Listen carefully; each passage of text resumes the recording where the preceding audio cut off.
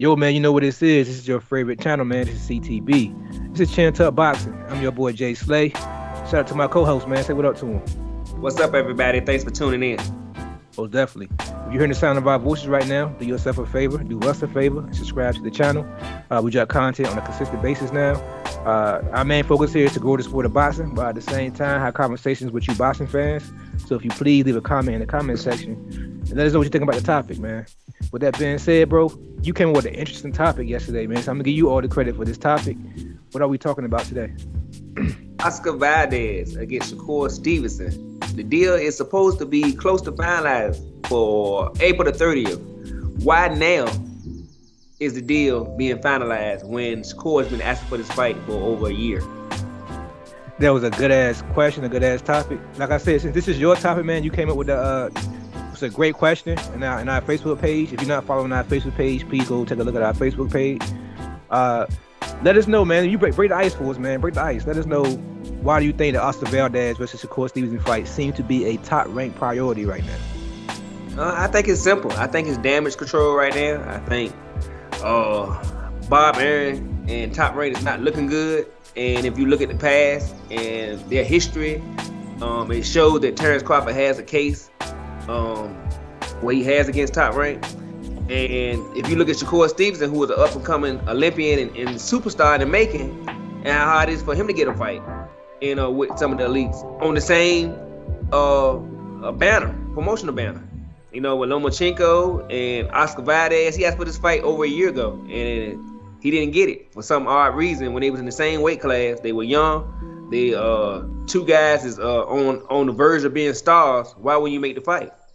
It just didn't make sense. But now, after the Terrence Crawford lawsuit, all of a sudden, for April the 30th, it's close to being finalized. And that's too big of a coincidence for me. This is definitely damage control by Top Rank. Yeah, I agree with you, man. When you made that statement yesterday, I agree. I think Terrence Crawford does have a great case. Mayweather came out before. I think he made a statement recently saying that, yeah, Bob Arum's a crook. And like I said, Bob Arum and Mayweather had that same issue back in their days. And it seems to be, I asked the question yesterday too on our Facebook page. I asked the question on as a promoter, which fighter would you prefer? Would you prefer a more slick, hard to beat fighter like Shakur Stevenson, like Terrence Crawford, like Floyd Mayweather? Or would you prefer a more friendly fighter, like a Lomachenko, like a Errol Spence, like a who else would that be friendly? I said like an Anthony Joshua. I put Anthony Joshua in that match. I asked that question because it seems like Top Rank has an issue with promoting those style of fighters. So that's why I agree with you more about Shakur Stevenson and the Valdez fight. Because Valdez has that friendly style that is easily marketable. And to be honest, Bob Arum don't want he usually has a nice Latin following when it comes to Top Rank in their fights. So he don't want to lose Oscar Valdez's his immortality appearance. He's undefeated, he's a champion. He don't want to lose that, especially to Shakur Stevenson. But coming out with Terrence Crawford coming out with his statements in his lawsuit, it kind of put Bob Arum in a predicament where he has to produce the opposite of what he's saying. He has to produce more African American friendly fights now to counteract the lawsuit. So that makes perfect sense why now Shakur Stevenson is getting the fight that he wants on the heels of this lawsuit. Because I'm gonna be honest, man, if it wasn't for this lawsuit, I think Shakur Stevenson would be trying to move up in weight and fight a Lomachenko or somebody like that. Because that'd be the only fights that Bob Arum would have gave him that would have made a decent amount of money if he took that type of risk. Which us as black fighters and black fight fans are kind of tired of seeing our fighters having to take that risk for greatness. We are the ones that have to fight. The up-and-comers are the ones that's 2-3 weight classes above us to make a statement. And it seems like Bob Arum at Top Rank and Oscar De La Hoya too. Oscar De La Hoya kind of guilty of the same thing. He had some racist tweets back in his day that surfaced not too long ago. So it kind of tied their hands, man. And now Bob Arum have to possibly lose one of his cash cows in Valdez, because I don't see Valdez beating Shakur. We don't get our predictions of the fight, but it's kind of obvious who we think we're gonna pick here. But yeah, man, what other reasons do you think could be the reason why Top Rank making this fight? You think there are any type of money issues? They need to make some money real quick, despite why making this fight? I don't think so. I think it's just a stigma. I think it's not just with Top Rank, but just in boxing fans in general that, like you said, you kind of touched on just a minute ago, that black fighters don't sell. and that they don't have an audience. And if you look at the history, that's proven to be a false narrative. Like you have Mayweather, he's the highest selling pay-per-view star of all time. You had Sugar Ray Leonard, you had Mike Tyson, you had Roy Jones. So this stigma that black fighters don't sell like Mexican fighters, or or maybe elite Caucasian fighter from another country, like a Triple G or something. I think that sorry to cut you off real quick, but you can kind of look at the recent how people getting paid now. Like the recent highest paid boxers right now, most of them are black. You got to look at Deontay Wilder, he's one of the highest paid. Earl Spence, he's one of the highest paid. Tank Davis, he's one of the highest paid. We know the highest paid are a YouTuber in the name of Jake Paul, which I don't really count him. But then Canelo's the only Mexican on the list of the top 5 highest payers. The rest of them are black. But yeah, back to your point. I'm sorry to cut you off. Yeah, I mean, but that's pretty much the point. I mean, like Valdez is Mexican with a Mexican fan base, and I feel like Top Rank and Bob Arum is out of the loop. They think that if you build up a Mexican fan-friendly fighter, he's gonna sell more than a Shakur Stevenson kind of like a Mayweather style that may not be too popular with the fans, but he's gonna win every time. So they don't want to pick, Oscar Valdez and then with Stevenson to get destroyed and lose that couch cow.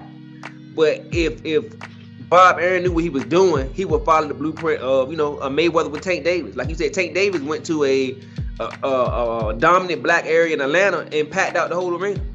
And it's been on pay-per-view 2 or 3 times. Then he went to the Staples Center and packed out the arena over there.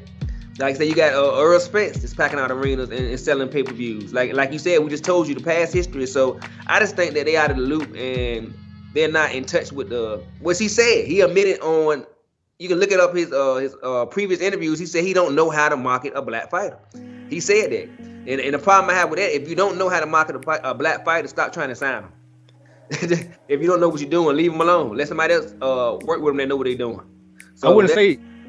I'm sorry to cut you off again. I wouldn't say to stop not signing black fighters, because I do want him to give black fighters shots. I love to see you black people actually, make some of themselves. Because a lot of these fighters are coming out of neighborhoods and coming out of environments where you're not left with too many choices but to fight. So I don't want him to stop signing black fighters. But what I will say, if you don't know how to market black fighters, you are a CEO of a multi-million-dollar company. What is your problem with hiring somebody black in a position of power who does know how to market black fighters? It's asinine to me that you are that high on the ranks of boxing promotions and you have nobody of African American descent. Anybody of any type of urban, they don't have to be black. Somebody from any urban environment who knows about the urban environment in your cabinet or in your what's the word I'm looking for? And you like this somebody you employ, somebody in your a chairman or something that can know how to market these type of fighters. Because you have Big Baby Davis, Anderson, who's going to be a great heavyweight at some point. But you trying to say that you don't know how to market him, so you're just going to let him be a heavyweight and just go ahead and knock people out. But you can't market him because you admitted yourself that you can't market black fighters. So I don't understand though the thought process of Top Rank and why they don't see the importance on hiring somebody like an Al Heyman who know how to market black fighters, man, and know how to not only market black fighters, but somebody who know how to market in today's environment when it comes to the social media era and everything that's new now. But yeah, man, this was a great topic. I thought you thought yesterday, man. You got anything else you want to add to this topic that we probably forgot about? No, I think we covered it all. I think we'll get a fight probably in March or April. So I guess for the boxing fans, we'll get a treat because of this incident. You think it'll be that soon? I think so. I think they on damage control. So I think in April, May at the latest, we're gonna get that fight between Oscar Valdez and Shakur Stevenson. The question is, will Oscar Valdez sign that contract though, and will Bob Arum make it sign that contract? We'll see, man. We'll stay tuned and we'll keep you guys informed about it. With that being said, man, this is your favorite channel, man. It's CTB. This is Chan Tuck Boxing. I'm your boy Jay Slay. Say peace to him, man. All right, everybody. Remember to like, subscribe, hit that notification button, comment. Let's keep this channel growing. You know why? Because we love boxing and you love boxing. But most of all, God, peace, and love, and we out of here.